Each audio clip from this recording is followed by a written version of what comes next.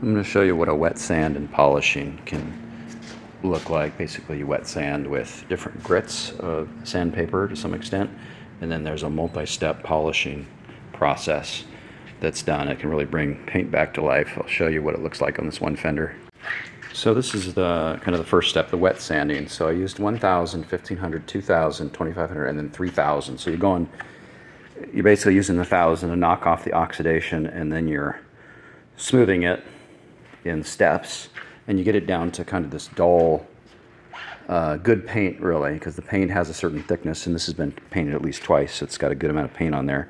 Get it down to the good paint that is not oxidized, and then you go to the polishing step, which starts with, we won't use that one, it's too rough. It starts with number one, so it's a little bit of grit and a wool pad. So after step one of the polishing, it looks almost like new paint.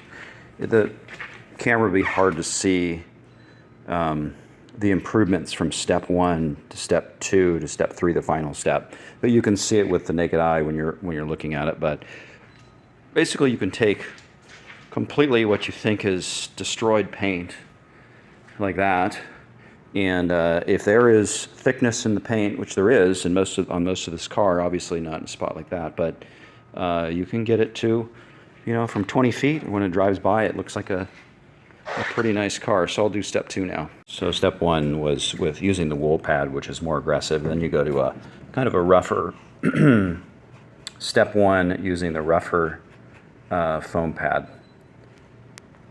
And again, step one compound using the rough foam pad. And maybe you can start to see, you look at the reflection, and the more it starts to look like a mirror, like a perfect reflection, the better it gets. So you might be able to tell a little bit from the film, but I can tell it's getting a little shinier. So we just did step one with the wool and the rougher. Now we move to step two, which is a less grit in here and a little softer pad.